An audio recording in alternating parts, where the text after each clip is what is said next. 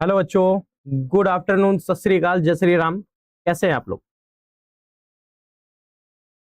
चलिए सभी बच्चे जल्दी जल्दी आ जाएं एक बार, और एक बार वीडियो को लाइक करें, फिर हम लोग आगे बढ़ते हैं। और अपने दोस्तों को जल्दी जल्दी शेयर करिए।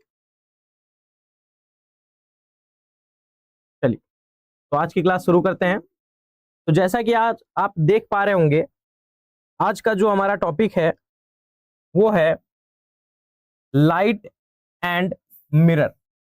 मोस्ट इंपॉर्टेंट टॉपिक है हमारे साइंस का, समझे? तो इस टॉपिक को हम अवॉइड नहीं कर सकते, समझे? इस टॉपिक को हमें बहुत ही ध्यान से और बहुत अच्छे से, बहुत अदब के साथ पढ़ना है। ओके, चलिए शुरू करते हैं।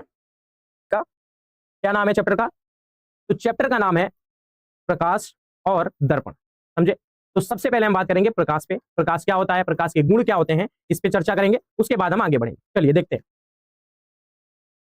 तो सबसे पहला पॉइंट हमारा होगा प्रकाश। क्या होगा पॉइंट? प्रकाश।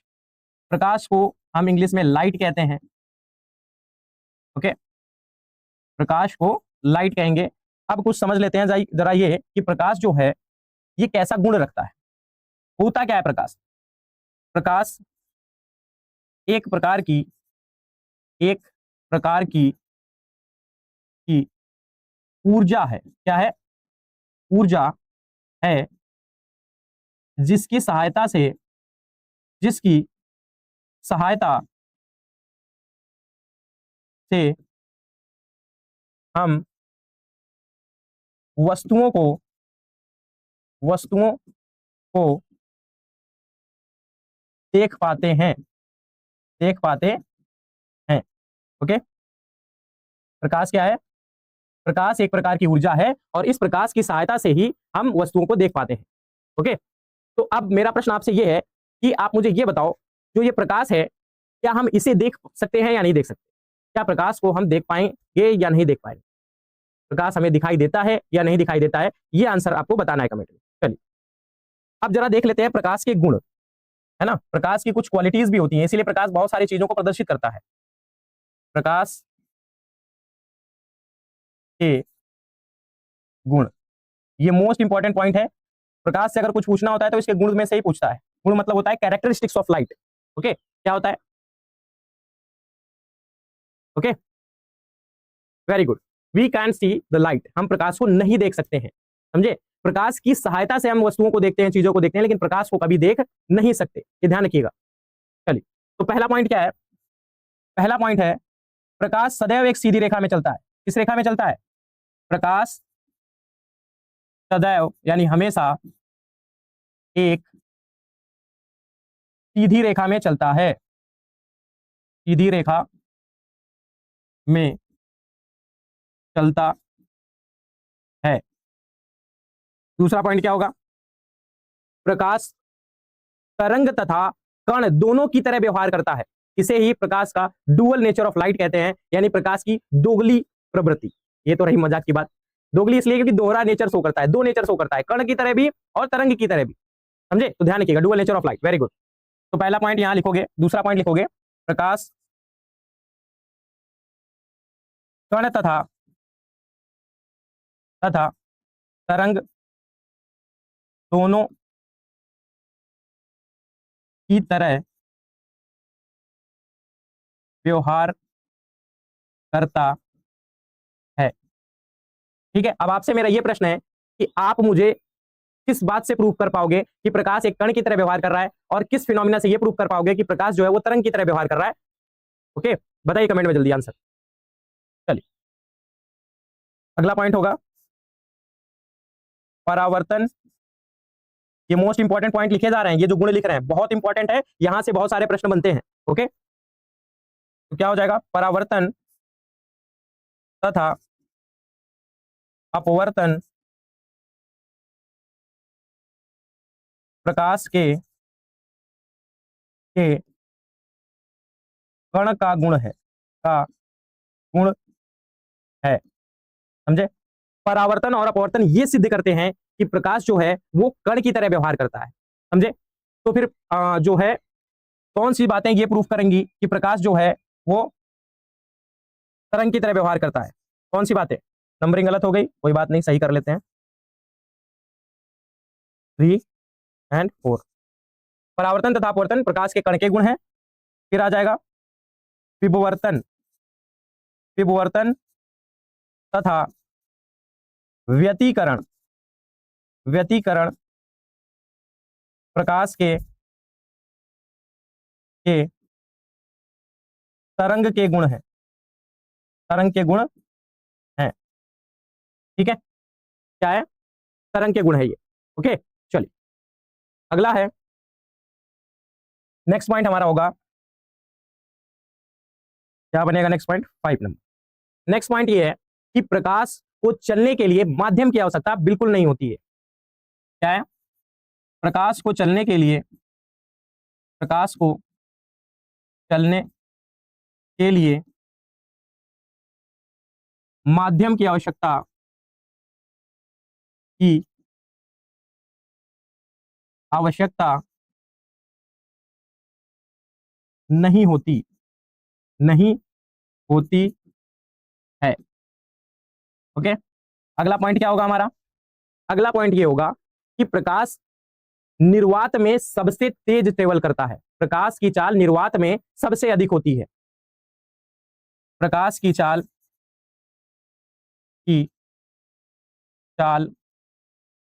निर्वात में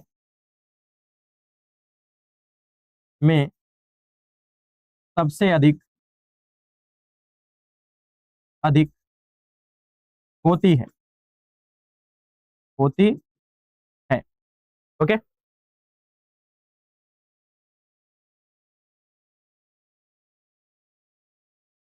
प्रकाश की चाल निर्वात में सबसे अधिक होती है। ओके, चलिए, और कितनी होती है, जो 3 × 10⁸ मीटर पर सेकेंड होता है। ओके, ये जितने पॉइंट मैं यहाँ पे लिख रहा हूं, ये सारे पॉइंट पेपर में पूछे जा चुके हैं और पूछे जाएंगे। ओके, तो इसको बहुत अच्छे से, बहुत इंपॉर्टेंट पॉइंट है, तो मेंशन कर लेना है या स्क्रीनशॉट ले लेना है। ओके, चलिए अगला पॉइंट क्या बनेगा, प्रकाश की चाल जो है वो 1 सेकेंड में प्रकाश 3 लाख किलोमीटर जा सकता है। समझे, ये प्रकाश की चाल होती है। तो ये पॉइंट समझ में आ गया। प्रकाश विद्युत चुंबकीय चुंबकीय तरंग, जिसको हम कहते हैं इलेक्ट्रोमैग्नेटिक वेव, तरंग की, सीधा लिख लो, तरंग होता है, होता है। समझे, विद्युत चुंबकीय तरंग है, इसका मतलब यह है कि प्रकाश जो है वो हमारे लिए बहुत ज्यादा हानिकारक भी है, बहुत डेंजरस भी है।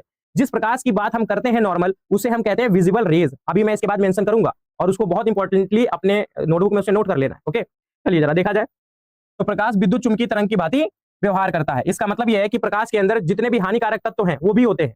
समझे, जैसे गामा किरणें हो गई, एक्सरे किरणें हो गई और अल्ट्रावायलेट किरणें हो गई, ये चीजें भी प्रकाश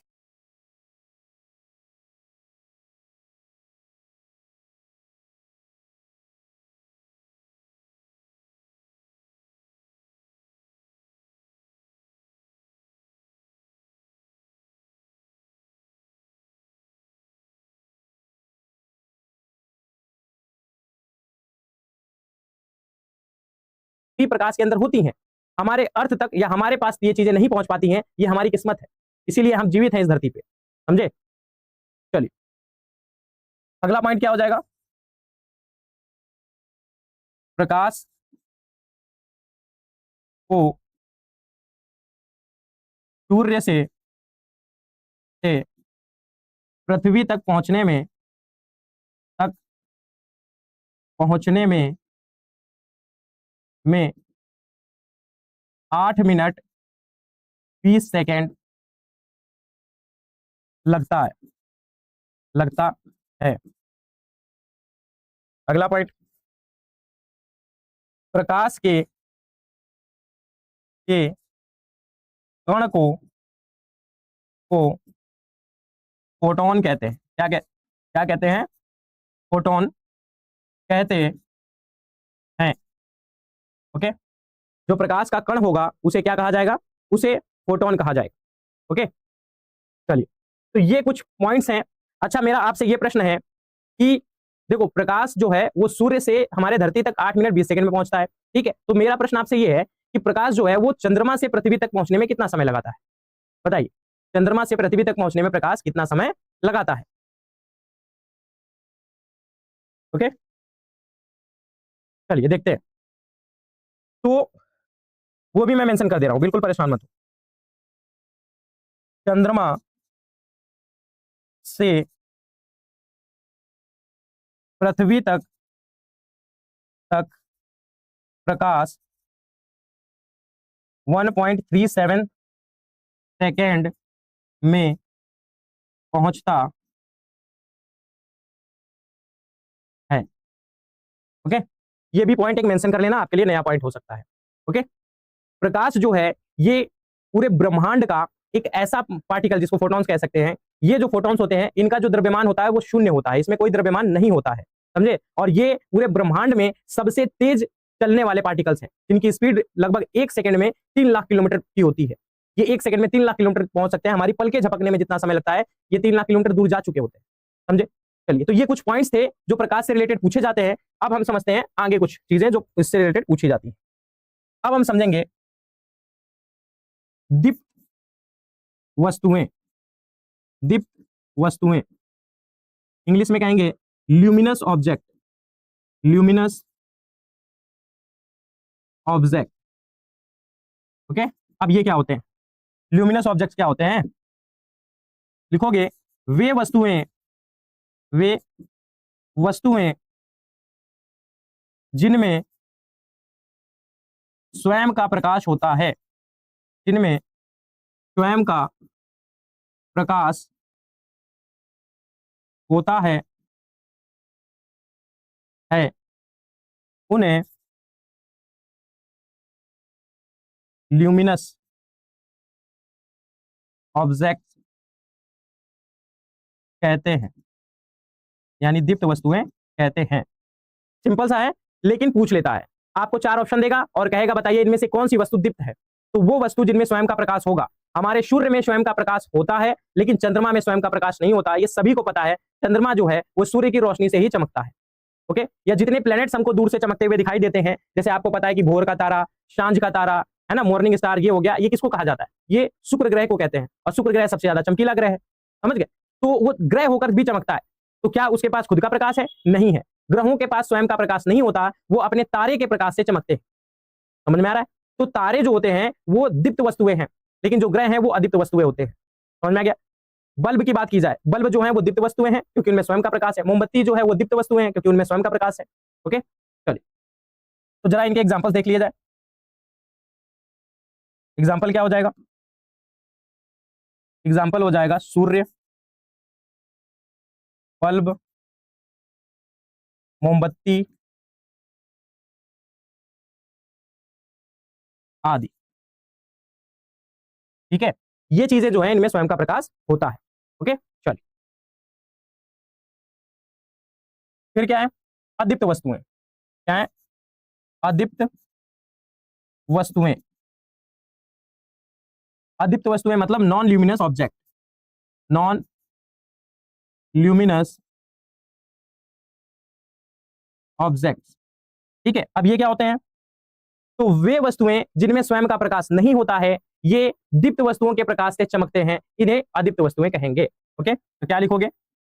वे वस्तुएं, वस्तुएं जिनमें स्वयं का प्रकाश नहीं होता, नहीं होता, वे दीप्त वस्तुओं के प्रकाश में दिखाई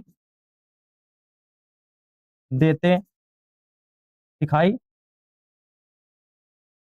देते हैं, ओके। वे वस्तुएं जिनमें खुद का प्रकाश नहीं होगा, जब दीप्त वस्तुओं का प्रकाश पड़ेगा तो दिखाई देंगे, तो उन्हें हम क्या कहेंगे? उन्हें बोलेंगे नॉन ल्यूमिनस ऑब्जेक्ट, ओके। क्या कहेंगे उन्हें? Non luminous object. तो एग्जांपल हमारा क्या हो जाएगा इसका? एग्जांपल हो जाएगा कुर्सी, पेड़, कॉमा पत्थर आदि, इन सब में स्वयं का प्रकाश नहीं होता। ये चीजें समझ में आ गई। ओके, चलिए अब आगे बढ़ते हैं। अब हम समझते हैं कि प्रकाश तो हमने समझ लिया, प्रकाश के कुछ गुण के बारे में समझ लिया जाए जो पूछा जाता है पेपर में। ठीक है, तो सबसे पहला पॉइंट समझेंगे प्रकाश का परावर्तन। क्या समझेंगे? प्रकाश का परावर्तन। ठीक है, इसे इंग्लिश में कहते हैं reflection of light. Reflection of light. Okay, क्या कहेंगे? Reflection of light. ओके, चलिए देखते हैं। तो मान लेते हैं कि हमारे पास एक मिरर है, ठीक है, या कोई परावर्तक पृष्ठ है। ये मान लेते हैं कोई परावर्तक पृष्ठ हमारे पास, जिसका एक सरफेस जो है, नीचे का सरफेस, ये कैसा है? ये पॉलिशदार है। इस पे पॉलिश किया गया है सिल्वर ऑक्साइड का। ठीक है, इसके पॉलिश की गई है सिल्वर ऑक्साइड की। ठीक, अब क्या होगा? इसके ऊपर जस्ट एक नॉर्मल खींच लेते हैं, एक अभिलंब खींच लेते हैं, बिल्कुल परपेंडिकुलर होगा। ठीक है, दिखाई देगा नहीं, इसलिए हम क्या करेंगे? टेस्ट कर लेंगे। अब यहां पर मान लो कोई एक प्रकाश किरण आपतित हो रही है, आ रही है, इसलिए उसे आपतित बोलेंगे। और जैसे ही इससे टकराएगी तो यहां से उतने ही कोण पर परावर्तित हो जाएगी। समझे? तो परिभाषा क्या बन जाएगा? ओके, परिभाषा देख लेते हैं जरा। जब कोई प्रकाश किरण किसी परावर्तक पृष्ठ, ये क्या है? ये है परावर्तक पृष्ठ। डेफिनेशन मैं लिखवाऊंगा नहीं, बस समझा दे रहा हूं, यहाँ पे समझ लो। ठीक है, क्योंकि डेफिनेशन नहीं आनी, ये एक्सप्लेनेशन आ सकता है, डायग्राम देख के समझ पूछ सकता है आपसे कुछ। ठीक है, तो देखिए क्या है, ये आपतित किरण है। सभी चीजों को मेंशन कर देना है। आपतित किरण, इंग्लिश में इसे कहते हैं इंसिडेंट रे, और इसे बोलते हैं परावर्तित किरण, यानी रिफ्लेक्टिव रे। परावर्तित किरण। और ये जो इस पे परपेंडिकुलर है, इसे हम बोलेंगे अभिलंब, यानी नॉर्मल। ठीक है, एक और पॉइंट देख लेते हैं जरा। जो अभिलंब और आपतित किरण के बीच कोण बनता है, उसे आई से प्रदर्शित करते हैं, और जो अभिलंब और परावर्तित किरण के बीच में कोण बनता है, उसे आर से प्रदर्शित करते हैं। अभी समझेंगे इसे। ठीक है, तो अब जरा परिभाषा को एक बार समझ लिया जाए। ओके, नमस्ते बेटा, नमस्ते। जो भी बच्चे अभी जुड़े हैं उनसे कुछ जरूरी बात कर लेते हैं कि बेटा, अगर आपको वीडियो अच्छी लग रही हो तो सबसे पहले एक लाइक करो। ओके, और अगर वीडियो अच्छी लगे पूरी देखना, और वीडियो समझ में आए, अच्छी लगे, अगर लगे कि हाँ सामने टीचर जो है वो मेहनत कर रहा है, ओके, तो आपको भी मेहनत करनी है और वीडियो को शेयर भी करना है।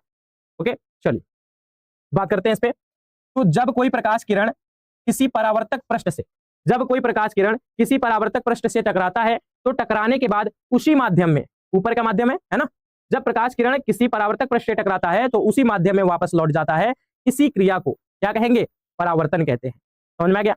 अब देख लेते हैं जरा परावर्तन के नियम। परावर्तन के नियम क्या है? देखिए, परावर्तन के दो नियम होते हैं। कितने नियम होते हैं? परावर्तन के दो नियम है। पहला नियम समझो इसमें, आपतित किरण, ठीक है, इस पॉइंट पे फोकस करना। आपतित किरण, परावर्तित किरण और अभिलंब समतल के एक ही बिंदु पर स्थित होते हैं। ओके, क्या बोला मैंने? मैंने आपसे बोला डायग्राम पे फोकस करो। ओके, आपतित किरण, परावर्तित किरण और अभिलंब तीनों समतल के एक ही बिंदु पर स्थित होते हैं। ये कौन सा नियम है? ये परावर्तन का पहला नियम है। अब ये प्रश्न पूछा कैसे जा सकता है? ये प्रश्न पूछा जा सकता है एसर्शन एंड रीजन वाले क्वेश्चंस में। समझे? बोल देगा, मान लो ये बोल देगा कि परावर्तन का जो नियम है पहला और दूसरा, और फिर कहेगा कि बताओ कौन सा फॉलो करता है। तो नियम पता होगा तभी तो बता पाओगे। तो ध्यान से सुन लो एक बार फिर से। आपतित किरण, परावर्तित किरण और अभिलंब समतल के एक ही बिंदु पर स्थित होते हैं। समझ में आ गया?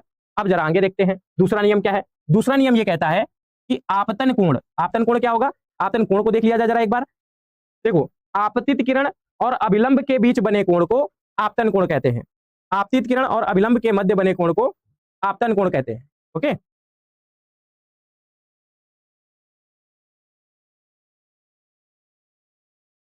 क्या कहेंगे? आपतन कोण कहेंगे। ओके, चलिए, ये हो गया आपतन कोण आई। अब परावर्तित कोण किसे, परावर्तन कोण किसे कहेंगे?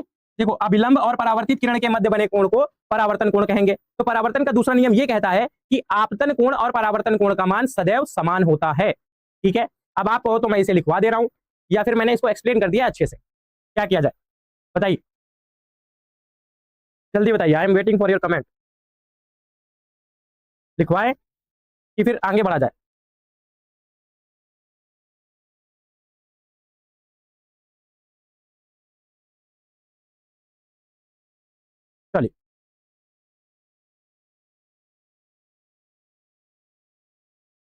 ठीक है, अब आगे हम देखेंगे, अब आगे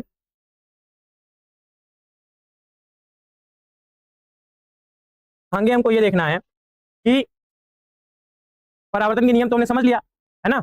अब समझेंगे कि अपवर्तन क्या होता है। ठीक है, तो अपवर्तन में पहुंचने से पहले थोड़ा सा दर्पण के बारे में समझ लिया जाए कि दर्पण क्या चीज है ना।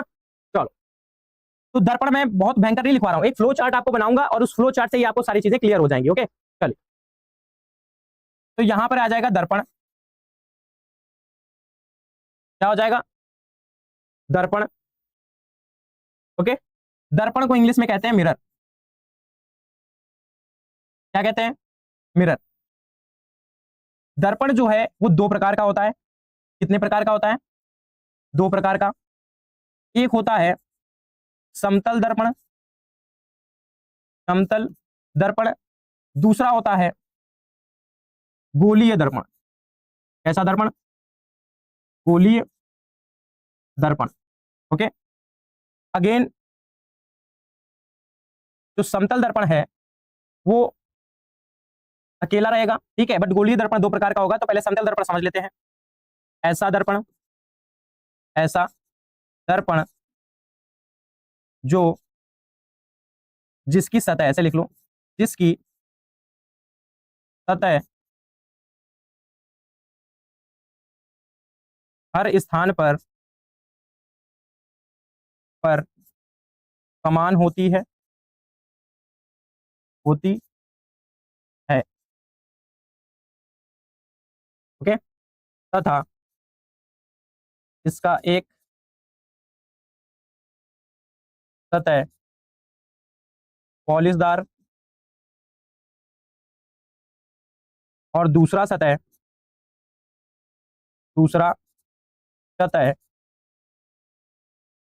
परावर्तक होता है, होता है।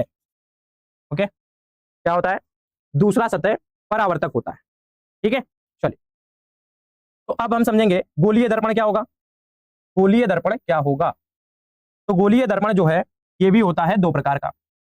ठीक है, गोलीय दर्पण में एक आएगा आपका अवतल दर्पण, अवतल दर्पण, और दूसरा हो जाएगा उत्तल दर्पण, उत्तल दर्पण। अवतल दर्पण को कॉनकेव मिरर बोलते हैं और उत्तल दर्पण को कॉन्वेक्स मिरर कहते हैं। ओके, इसके बारे में जरा समझ लिया जाए, इसके बारे में समझ लेते हैं। अवतल दर्पण का, अवतल दर्पण का दबा हुआ भाग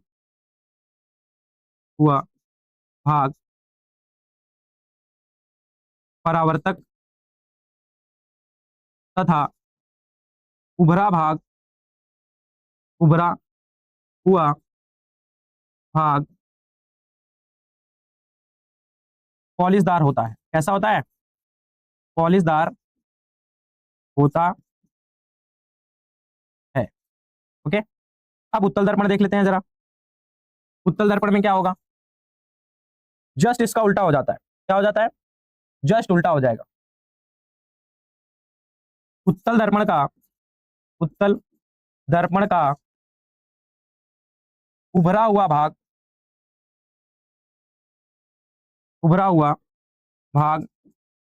परावर्तक तथा दबा हुआ भाग तथा दबा हुआ भाग पॉलिशदार होता है, पॉलिशदार होता है। ओके, कैसा दिखेगा, तो जरा इसको एक बार बना लिया जाए, है ना। देखो, समतल दर्पण जो है ये तो प्लेन ऐसा दिखेगा, नीचे पॉलिश और ऊपर का पृष्ठ परावर्तक है। यह है समतल दर्पण, समतल दर्पण। उत्तल दर्पण कैसा होगा वो भी देख लेते हैं, वो भी देख लिया जाए। अवतल दर्पण जो है वो इस प्रकार का होगा। ये देखो, उभरा हुआ जो हिस्सा है उसे हमने पॉलिश कर दिया है और जो दबा वाला हिस्सा है ये परावर्तक है। ठीक है, ये क्या हो जाएगा, ये हो जाएगा अवतल दर्पण। अवतल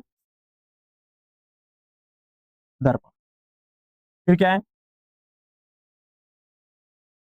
फिर आपका उत्तल दर्पण। ये कैसा होगा, तो इसका देखो दबा हुआ जो हिस्सा है वो पॉलिशदार है और उभरा हुआ हिस्सा जो है वो परावर्तक है। तो ये क्या हो जाएगा, उत्तल दर्पण।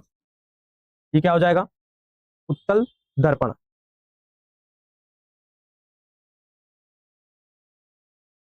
ये हो गया आपका उत्तल दर्पण। कोई समस्या किसी बच्चे को? चलिए आगे बढ़ते हैं। अब समझेंगे दर्पण का मोस्ट इंपॉर्टेंट भाग जहां से प्रश्न पूछा जाता है। अगर आप कोई भी पेपर उठा के देखोगे दर्पण से रिलेटेड प्रश्न आया है तो उससे रिलेटेड जरूर आया होगा आजकल। समझे, तो इनके बारे में भी समझेंगे, पहले ये पॉइंट समझ लिया जाए। चलिए देखते हैं। तो फिर अब समझेंगे अवतल तल दर्पण का उपयोग। Okay, uses of concave mirror. Okay, चलिए देखा जाए। तो पहला पॉइंट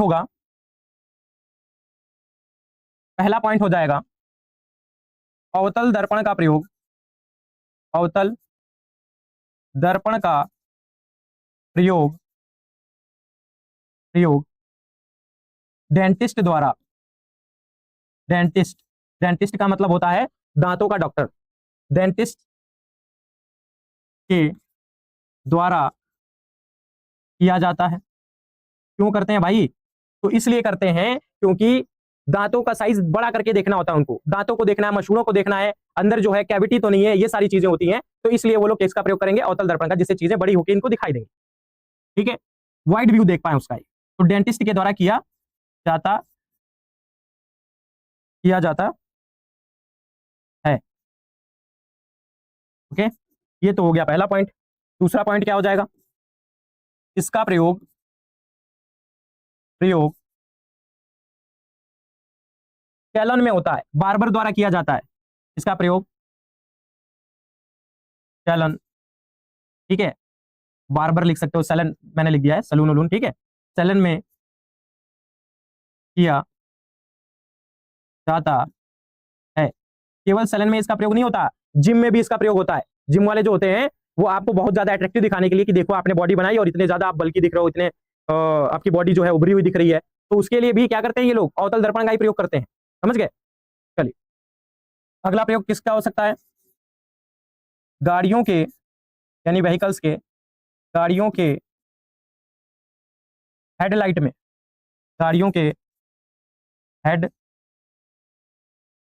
लाइट में इसका प्रयोग प्रयोग होता है, होता है। ओके, अगला क्या हो जाएगा, अगला पॉइंट हो जाएगा टॉर्च में, टॉर्च में इसका प्रयोग प्रयोग होता है। इसमें होता है टॉर्च में, इसमें टॉर्च में भी इसका प्रयोग किया जाता है। ओके, चलिए अगला पॉइंट क्या होगा हमारा, अगला पॉइंट हमारा क्या होगा, अगला पॉइंट हो जाएगा स्ट्रीट लाइट। स्ट्रीट लाइट, सड़क के किनारे देखोगे जो बल्ब लगे होते हैं रात को जलते हैं, उसमें जो दर्पण प्रयोग किया गया होता है कौन सा होता है, तो स्ट्रीट लाइट में भी इसका प्रयोग प्रयोग होता है। ओके, एक और पॉइंट लिखवा दे रहा हूं, सोलर कुकर, सोलर कुकर में भी इसका प्रयोग प्रयोग होता है, होता है। बात समझ में आई, कोई समस्या इससे रिलेटेड, ये याद कर लेना है, रट लेना है, डीएनए में बसा लेना है अपने, समझ में आ रहा है। चलिए अब हम देखते हैं,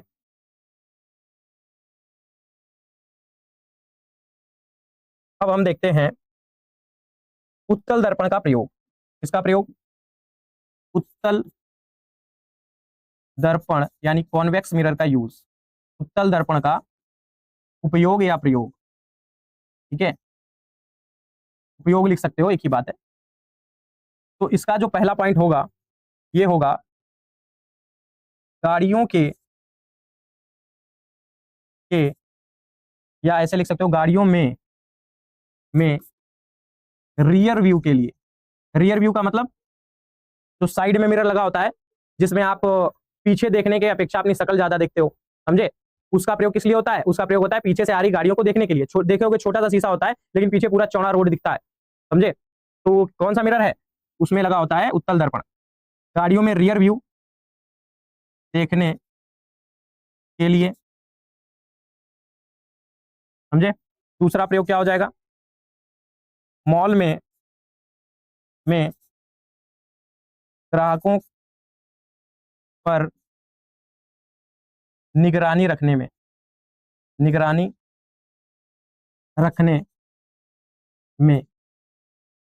तो कैमरा तो होता ही है लेकिन इसका भी प्रयोग किया जाता है, समझे। जैसे सुपरमार्केट में जाओ वहां पर भी देखोगे कोने में लगा होता है और वहां पे पूरा मॉल पूरा जो है वो जो मार्केट है वो उसका दिख रहा होता है, समझे। तो उसमें भी प्रयोग होता है। और ग्राहकों पर नजर क्यों रखनी है? तो भाई ग्राहक जागो वो वाला सिस्टम नहीं है यहाँ पे। जागो ग्राहक जागो और मान लेके भागो, ये वाला सिस्टम हो जाता है कभी कभी चोरी वोरी से बचाने के लिए भी, समझे। ये पॉइंट हो गया, यही मेन इसका पॉइंट है, मेन चीज है, समझ गए। गाड़ियों में रियर व्यू में होता है और क्या होता है मॉल में क्या होता है ग्राहकों की निगरानी रखने में भी इसका प्रयोग किया जाता है, समझ गए। अब एक प्रश्न और पूछ लिया जाता है कि एम्बुलेंस जो है उस पर उल्टा एम्बुलेंस क्यों लिखा गया होता है? नहीं नहीं नहीं, ये चीज नहीं बोल सकता मैं। ये आप अपनी क्लास में बोलिएगा। चलिए। नहीं नहीं, वहां पे मेरे हिसाब से तो नहीं होता है। चलिए चलिए, आपने शायद देखा हो।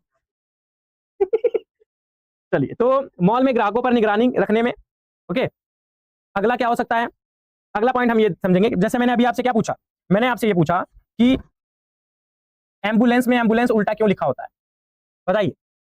क्योंकि एम्बुलेंस जो है अगर आगे जा रहा होगा तो किसी व्यक्ति को पता है भाई दिख जाएगा। एम्बुलेंस के पीछे जो लिखा होता है ना वो बिल्कुल सही एम्बुलेंस लिखा होता है, लेकिन एम्बुलेंस के फ्रंट पे जो लिखा होता है एम्बुलेंस, वो आप देखोगे तो वो कैसा लिखा होता है? उल्टा लिखा होता है। उसका रीजन ये होता है कि आगे जो जाने वाला व्यक्ति है, समझे, वो जब उसको पीछे अपनी मिरर में देखेगा तो मिरर में जो होता है वो इन्वर्जन इमेज बनता है। अब कैसा इन्वर्जन इमेज बनेगा? जिसको हम वाइस वर्सा भी कह सकते हैं या लेटरल इन्वर्जन भी कहते हैं। इसको क्या कहते हैं?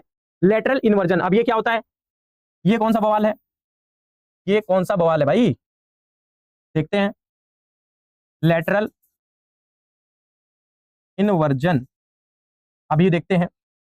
मिरर में जब आप खड़े होते हो तो आपका लेफ्ट हैंड जो है वो राइट की तरफ होता है और राइट वाला जो हैंड है, हैंड की बात कर रहा हूं मैं, समझे, जो राइट वाला हैंड है वो लेफ्ट की तरफ दिखाई देता है। ऐसा क्यों होता है बताइए। तो हमें फिलहाल नहीं जाना है कि ऐसा क्यों होता है या कैसे होता है, हमें फिलहाल इतना ध्यान रखना है कि ऐसा होता है, समझे। यानी जब मिरर में हमारा लेफ्ट वाला हिस्सा राइट में दिखाई देगा और राइट वाला लेफ्ट में दिखाई देता है, इसे ही लेटरल इन्वर्जन कहते हैं। क्या कहते हैं? लेटरल इन्वर्जन कहते हैं। मिरर में हमारा दायां हाथ बाईं ओर और बायां हाथ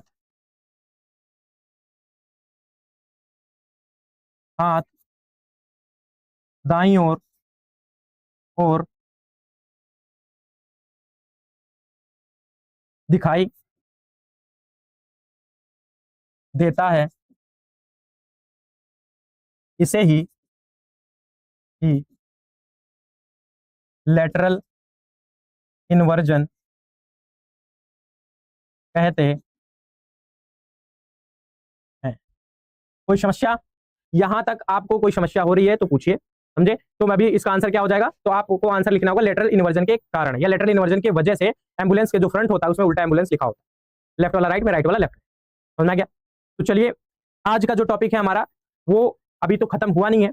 ये दर्पण वाला जो टॉपिक है और जो लेंस वाला टॉपिक है ये थोड़े से बड़े टॉपिक है, तो इनको हमें आराम से समझना पड़ेगा। कल के जो टॉपिक होगा, कल का जो चैप्टर होगा, ओके, तो पढ़ेंगे तो हम यही दर्पण ही पढ़ेंगे, लेकिन जो टॉपिक होगा हमारा वो होगा प्रतिबिंब की स्थितियां, जो कि मोस्ट इंपॉर्टेंट टॉपिक है जो इससे रिलेटेड पूछा जाता है। ठीक है, तब तक के लिए खुश रहिए, मस्त रहिए, हंसते रहिए, मुस्कुराते रहिए और पढ़ते रहिए। तब तक के लिए जय हिंद, जय भारत।